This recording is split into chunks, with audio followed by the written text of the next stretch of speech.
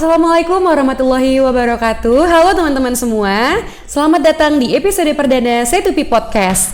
Kali ini podcast pertama kita dengan tema kehidupan kampus dan perkuliahan. Saya Salsabila, pengurus C2P sendiri yang akan memandu kalian dalam podcast yang sangat inspiratif ini. Nah, episode kali ini tuh berjudul Navigasi Sukses Kuliah, hal penting yang tidak boleh terlewatkan. Bersama saya telah hadir salah satu narasumber terbaik kita, yaitu Kak Surni, salah satu mahasiswa semester atas yang pernah mengikuti program ISMA. Nah, mungkin kita mulai perkenalan diri dulu nih. Kira-kira bisa ceritakan sedikit nggak tentang Kak Surni dan backgroundnya Kak Surni itu kayak gimana sih gitu loh Kak? Oke, terima kasih sebelumnya. Halo teman-teman semua, perkenalkan nama saya Surni Ahyatul Fitri. Teman-teman bisa panggil Surni, saya mahasiswa semester 6, sudah semester atas, pendidikan bahasa Inggris angkatan 21.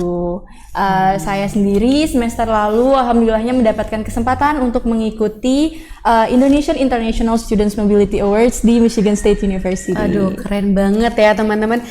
Mungkin kita bisa tahu gitu loh Kak, dari program itu kan sulit banget didapetin gitu, sangat challenging banget. Mungkin nanti kita bakal dengerin tips-tips apa aja sih dari Kak Surni untuk bisa mendapatin hal itu gitu loh, beasiswa itu dari pemerintah. Nah, mungkin tanpa perlu berlama-lama nih, kita langsung aja mulai untuk pertanyaan pertama, yaitu tantangan dari kuliah itu sendiri. Nah Kak, kira-kira tuh kakak nih sebagai mahasiswa, apa aja sih Kak tantangan terbesar dan terberat yang kakak hadapi selama kuliah, dan gimana sih cara kita mengatasinya? Mungkin bisa dikasih tahu teman-teman gitu yang sekarang lagi ngadepin krisis sama hal-hal ini gitu loh. Tentunya sebagai mahasiswa ya, apalagi sudah semester 6 yang mungkin bisa dibilang sudah semester atas, perkuliahan tentunya sulit. Kalau tidak sulit tidak bisa kuliah gitu kan. Tapi di tiap ada kesulitan pasti selalu ada jalannya ya teman-teman. Jadi untuk perkuliahan sendiri memang terasa sulit, tapi it will worth it at the end. Dari aku pribadi untuk mengatasi kesulitan, mungkin kita mention dulu nih kira-kira kesulitan apa aja yang pernah aku alami selama masa kuliah. Mungkin saat semester awal kesulitannya itu adalah untuk settling gitu, karena masih ngerasa kalau misalnya masih ada di dunia SMA gitu, kayak untuk menyesuaikan diri gitu ya Kak. Dunia perkuliahan itu masih menurutku waktu semester awal masih asing dan masih sulit untuk dinavigasi gitu. Nah, mungkin buat teman-teman yang masih ngerasa susah nih untuk settling ke dunia perkuliahan, hal-hal yang bisa teman-teman lakukan mungkin adalah untuk membuat diri teman-teman familiar gitu loh dengan environment kampus, berteman, meeting new people, ikut organisasi gitu. Bersosial lah lebih tepat. Dan hal tersebutlah yang bisa menjadi salah satu solusi untuk teman-teman menghadapi kayak krisis identity sebagai mahasiswa baru mungkin. Nah, mungkin kita langsung ke pertanyaan selanjutnya nih yang nggak kalah pentingnya juga nih Kak, sama tantangan yang tadi untuk keterampilan dan kebiasaan. Nah, kira-kira tuh Kak, seperti yang kita ketahui nih, kakak kan banyak banget ngikutin program dari pemerintah yang cukup keren-keren banget. Nah, kira-kira tuh Kak, apa aja sih keterampilan dan kebiasaan yang perlu kita miliki sebagai mahasiswa untuk sukses di dunia perkuliahan itu tuh Kak? Tentunya sebagai mahasiswa kita harus memiliki keterampilan dan juga kelebihan ya. Jika kita ingin untuk lebih advance gitu. Tapi bukan berarti kita membandingkan diri dengan orang lain gitu. Kita bandingkan diri kita sendiri sebagai starting point-nya gitu. Menurutku memiliki keterampilan sangatlah penting juga buat mahasiswa. Salah satunya adalah keterampilan bercritical thinking gitu. Jadi sebagai mahasiswa kita harus bersifat kritis teman-teman. Jadi jangan menjadi mahasiswa yang hanya iya saja gitu. Mengikuti alurnya saja gitu ya Kak. Don't be a dead fish. Jadilah mahasiswa yang mampu mengkritisi sesuatu gitu. Terus itu tuh hal yang penting banget buat kita terapkan dalam kehidupan sehari-hari itu supaya menjadi kebiasaan yang baik buat kita. Dan kira-kira tuh Kak, apa aja sih tips yang bisa Kakak bagikan untuk mahasiswa baru nih, teman-teman mahasiswa baru, agar mereka bisa sukses dan bisa nikmatin kuliah mereka tuh antara kuliah dan kehidupannya sendiri gitu loh Kak. Kira-kira apa sih gitu? Iya. Mungkin anak-anak maba sekarang nih lagi pada bingung nih gitu, kedepannya mau gimana gitu kan, kayak kalau misalnya ikut banyak organisasi mungkin pada mikir apakah saya bisa untuk menikmati kehidupan kuliah saya gitu, apakah nanti nggak akan terlalu sibuk dan lain-lain mungkin. Nah buat teman-teman mahasiswa baru yang mungkin ada di fase itu, percaya aja sama diri teman-teman, ikuti apa kata hati teman-teman.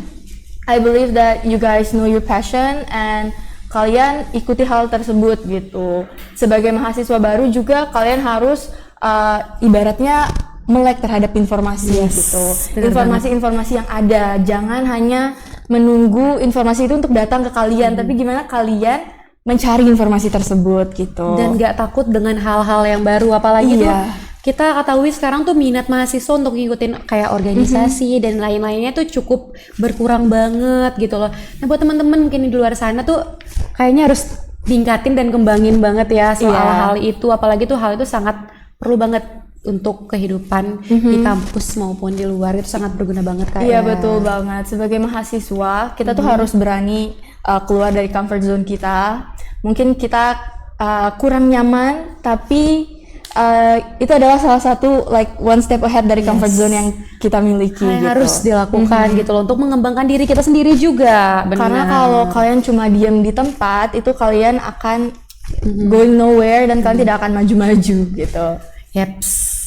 Nah seperti yang kita ketahui juga nih kakak salah satu mahasiswa yang mengikuti program ISMA dari pemerintah, dan program itu sendiri tuh kita tahu tuh kayak sulit banget buat diikutin, dan mungkin mahasiswa terpilih yang oke banget nih mungkin bisa dapat hal itu. Nah kira-kira nih bisa nggak sih Kak Surni jelaskan lebih lanjut tentang program ISMA dan kira-kira apa aja manfaat yang kakak dapetin dari mengikuti program tersebut Kak?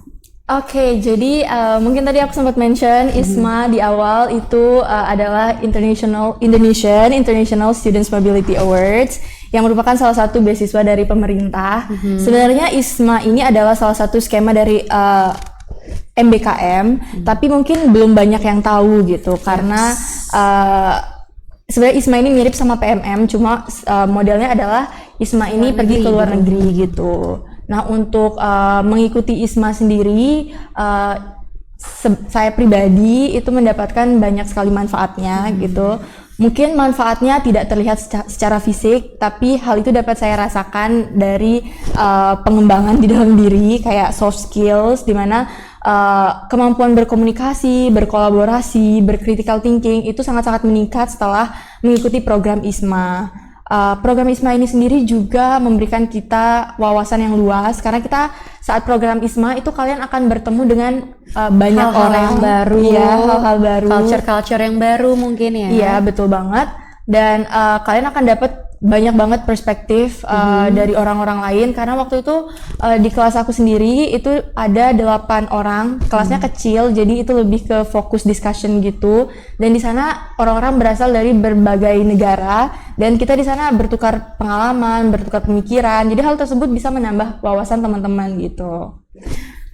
Wah keren banget sih. Iya, dan ikut ISMA juga bagus untuk anak-anak pendidikan bahasa Inggris nih. Kita sebagai anak bahasa Inggris kan memiliki tuntutan untuk meningkatkan bahasa Inggris kita kan. Mungkin perlu bicara ke native speakernya sendiri gitu loh. Mungkin bisa mengimprove diri gitu. Iya, kalau misalnya cuma mungkin kalau cuma diam di Unram aja kita belum dapat kesempatan yang lebih luas untuk berbicara dengan orang menggunakan Inggris sebagai bahasa pertama nih. Itu akan, jika kalian mengikuti ISMA, hal tersebut kesempatan itu akan sangat terbuka lebar gitu karena kalian menggunakan bahasa Inggris untuk belajar sebagai instructional language, terus bahasa Inggris juga sebagai bahasa komunikasi sehari-hari di sana gitu. Udah pasti tuh hal itu bisa mengimprove diri kita sendiri untuk bisa lebih berbahasa Inggris dengan berbicara dengan native atau menggunakan bahasa Inggris tuh sebagai bahasa sehari-hari gitu loh. Kalau di sini kan mungkin kita bisa pakai bahasanya tuh kayak campur sama Indonesia, jadinya tuh kayak masih kurang gitu yang kita dapetin. Iya. Nah, untuk tips dan trik nih dapetin program ISMA tuh gimana sih Kak? Oke. Untuk tips and trick sendiri mungkin tiap orang bakal beda-beda ya. Kayak there is no such a thing yang tips and trick yang pasti manjur gitu. Jadi kayak pasti ini akan working itu beda di tiap orang gitu. Tapi dari aku sendiri mungkin tips and tricksnya yang pertama nih yang sangat-sangat penting banget buat mahasiswa, kalian harus melek informasi. Seperti yang sudah tadi aku mention, ISMA ini mungkin exposure-nya agak sedikit kurang di Unram gitu, karena nggak banyak orang yang tahu gitu. Benar Bahkan banget. ISMA ini mulai dikenal itu di tahun ini gitu, di tahun aku itu masih kayak sedikit banget orang yang daftar ISMA, dan informasinya masih sangat kurang masuk ke Unram. Jadi teman-teman sendirilah yang berusaha untuk mencari informasi tersebut gitu. Satu, melek informasi, dan yang kedua karena ISMA ini tuntutannya juga kita harus memiliki skor English proficiency test yang cukup tinggi. Udah pasti, Iya. udah pasti. Jadi mungkin buat teman-teman dari sekarang yang mungkin pengen ikut ISMA, mungkin bisa dipersiapkan dirinya, invest dengan skill bahasa Inggrisnya, mulai belajar mungkin TOEFL, IELTS, or Duolingo English Test gitu. Nah, itu beberapa tips dan trik nih buat teman-teman mahasiswa yang mungkin mau nyoba ngikutin ISMA kayak Kak Sarni sendiri. Nah, Kak, kira-kira nih ada nggak sih peran UNIF dan fakultas sendiri tuh untuk membantu Kakak mencapai hal-hal tersebut, kayak mencapai kesuksesan di akademik dan non akademik itu sendiri? Baik, kalau misalnya dari fakultas, mungkin fakultas sangatlah membantu dalam proses administrasi ya. Karena kan kita under an institutions gitu, jadi kita masih butuh kayak banyak proses administrasi, kayak misalnya surat rekomendasi, Benar banget. transkrip, dan yang lain itu kan kita butuh nih. Jadi dari pengalaman saya pribadi, fakultas itu cukup memfasilitasi terkait bidang administrasi. Nah, kalau dari UNIF sendiri, universitas itu ada kantor urusan internasional, di mana kantor urusan internasional itu yang memfasilitasi dari sosialisasi ISMA, terus memfasilitasi juga dari persiapan berkas, pengurusan berkas, dan lain-lain. Jadi mungkin dari UNIF udah cukup membantu melalui KUI gitu. Oke. Nah, kita nih punya beberapa topik tambahan yang menarik banget untuk dibahas terkait manajemen waktu, apalagi yang kita ketahui Kak Sarni sendiri tuh banyak banget ngikutin program pemerintah dan cukup mungkin aktif di organisasi gitu. Nah, Kak, sebagai mahasiswa yang cukup aktif nih Kak dan pernah ngikutin program internasional seperti ISMA, bagaimana sih cara Kak Sarni untuk ngatur jadwal antara waktu kuliah, kegiatan ekstrakurikuler dan kehidupan pribadi, itu gimana sih Kak cara baginya dan tips untuk memanajemenkan waktu tersebut? Alright, sebenarnya masalah manajemen waktu saya sendiri masih agak sedikit kesulitan, tapi manajemen waktu saya bisa dibilang cukup lebih baik daripada saya yang semester-semester lalu gitu. Mungkin karena udah semester 6, kita lebih fokus ke masalah nanti ke depannya mau menyusun skripsi dan yang lain-lain. Terus kegiatan saya juga semester 6 untuk organisasi juga sudah mulai sedikit berkurang. Jadi mungkin manajemen waktu saya bisa agak sedikit lebih baik di semester ini. Nah, dari saya pribadi, mau disclaimer dulu, tapi there is no such a thing kayak manajemen waktu yang akan bekerja untuk semua orang. Jadi manajemen waktu itu sangat depends oleh orangnya masing-masing gitu. Kalau misalnya saya bilang saya memanajemen waktu dengan ini, belum berarti itu working untuk kalian gitu. Jadi kalian harus menemukan cara manajemen waktu yang works untuk kalian pribadi gitu. Nah, kalau dari saya sendiri untuk manajemen waktu itu mungkin pertama saya itu punya kayak list gitu, bukan to-do list sih, tapi lebih ke kayak important things that I have to do this week. Kayak misalnya deadlines, terus ada kegiatan lain saya kayak rapat, organisasi, itu saya punya waktunya gitu. Jadi saya juga cukup mengurangi kayak rencana yang bersifat like spontaneously. Jadi sekarang lebih teratur aja gitu loh. Kalau misalnya teman ngajak main, mungkin harus ngeliat dulu ke list itu karena kapan nih bisa main gitu. Jadi waktunya lebih tersusun dengan punya kayak list hal-hal penting yang akan kalian lakukan. Kayak gitu. gak bisa, Kasar nih ayo main sekarang gitu. Agak sulit ya agak sekarang sulit, karena iya. udah bisa nerapin manajemen waktu yang seperti itu. Benar.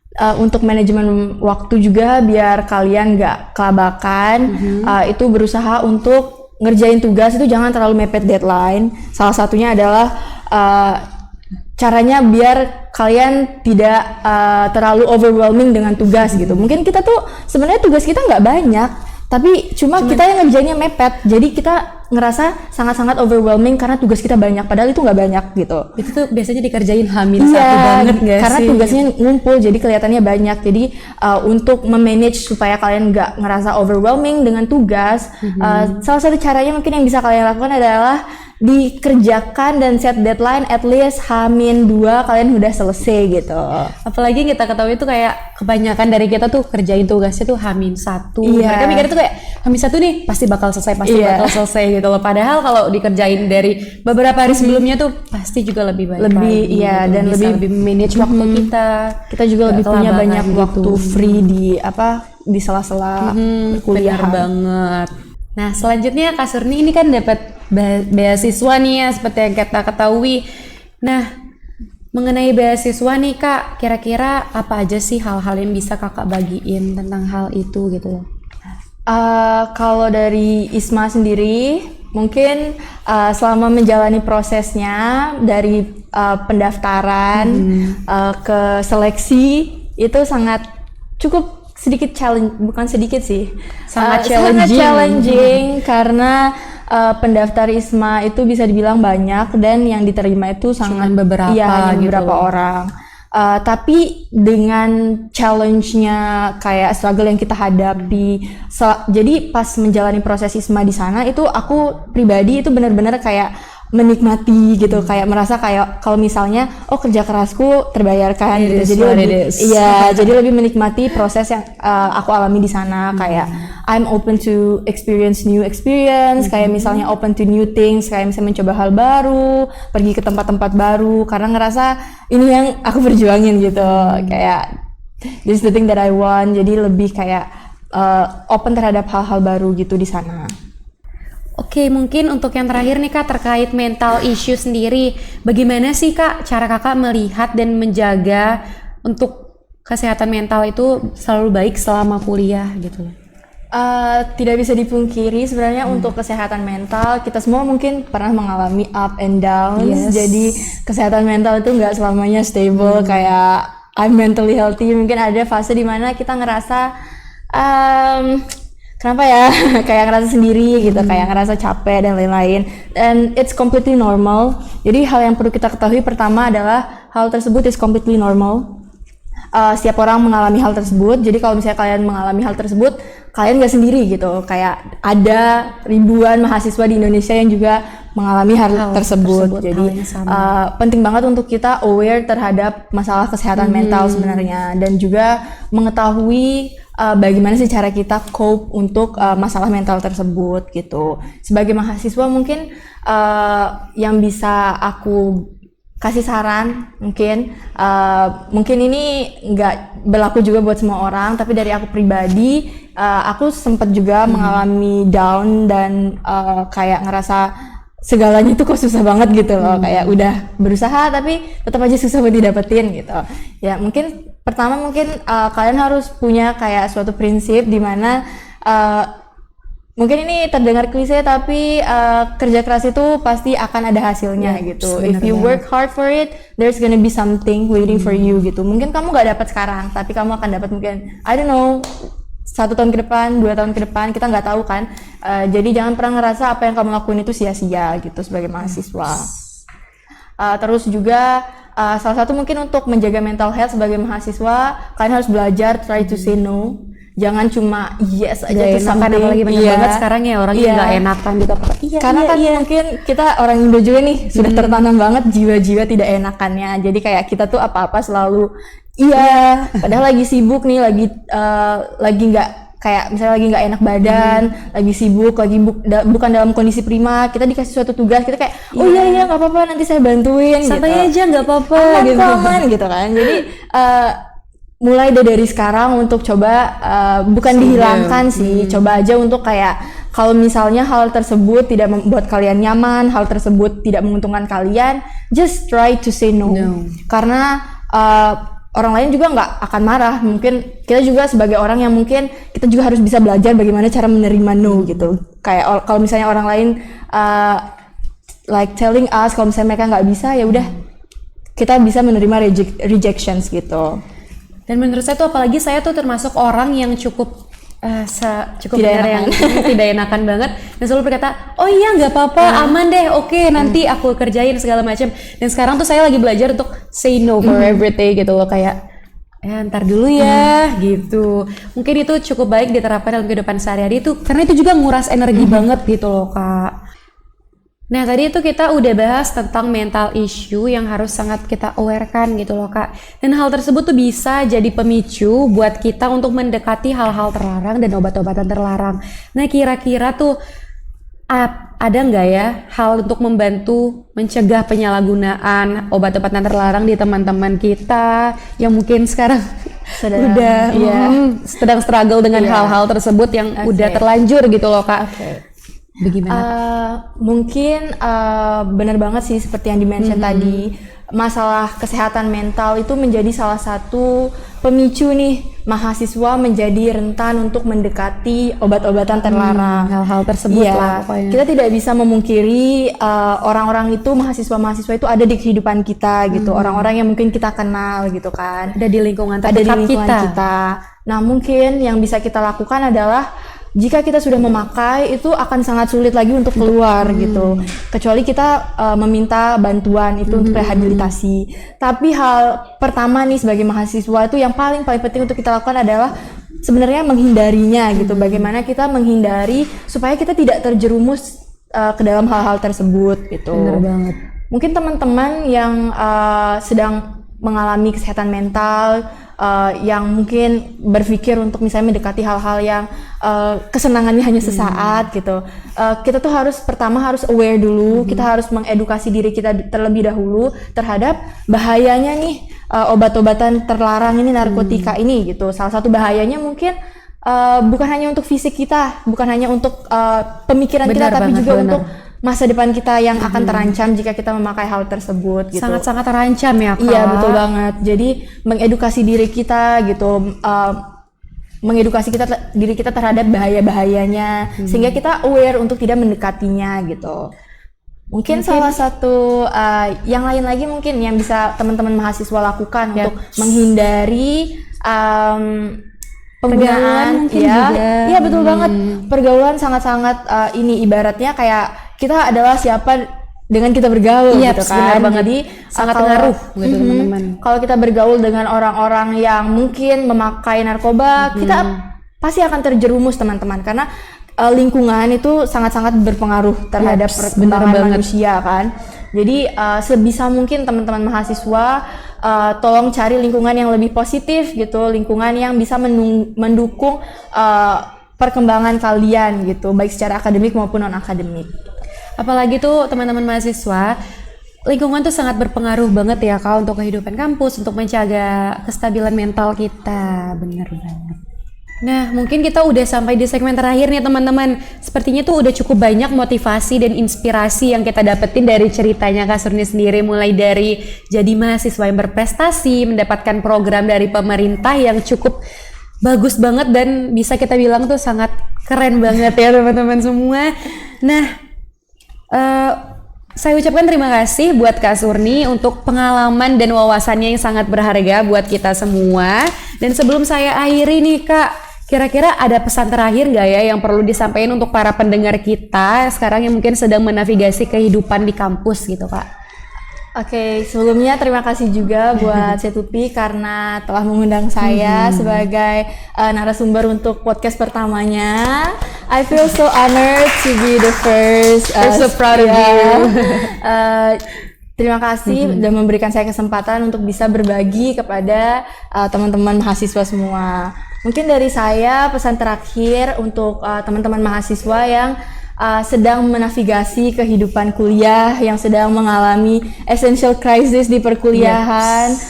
Buat teman-teman, jangan pernah bandingkan diri teman-teman dengan orang lain, karena di perkuliahan itu nggak ada ranking-rankingan. Kita berjalan di jalur kita masing-masing, we have our own path, dan kita nggak sama-sama bersaing gitu. Kita bukan bersaing dengan orang lain, tapi kita bersaing dengan diri kita yang kemarin gitu. Jadi buat teman-teman yang lagi mengalami krisis atau sedang berusaha untuk menavigasi kehidupan sebagai mahasiswa, jangan pernah ngerasa kalau kalian ketinggalan sih, karena kita semua punya jalan kita masing-masing, kayak kecepatan kita berjalan gitu, kita punya milestone sendiri gitu. Dan jangan jadikan orang lain tuh tolak ukur buat kalian untuk mencapai kesuksesan Iya gitu, betul benar banget. nggak, Kak? Karena kesuksesan orang lain itu bukan kegagalan kalian gitu. Yaps, benar. Nah mungkin itu aja nih, terima kasih saya ucapkan untuk Kak Surni atas ilmu dan waktunya yang telah dibagikan. Saya yakin nih buat pendengar kita pasti dapat banyak banget insight yang berguna, dan terima kasih banyak Kak Surni Iya, atas terima waktunya. kasih banyak. Terima kasih banyak. Yaps. Dan terima kasih juga buat para pendengar yang udah ada sama kita sampai akhir. Sampai jumpa di episode Setupi Podcast selanjutnya. Jangan lupa share podcast kita ke teman-teman kalian yang mungkin lagi butuh motivasi untuk kuliah dan tetap semangat. Dan jangan berhenti belajar dan mencoba hal baru. Terima kasih.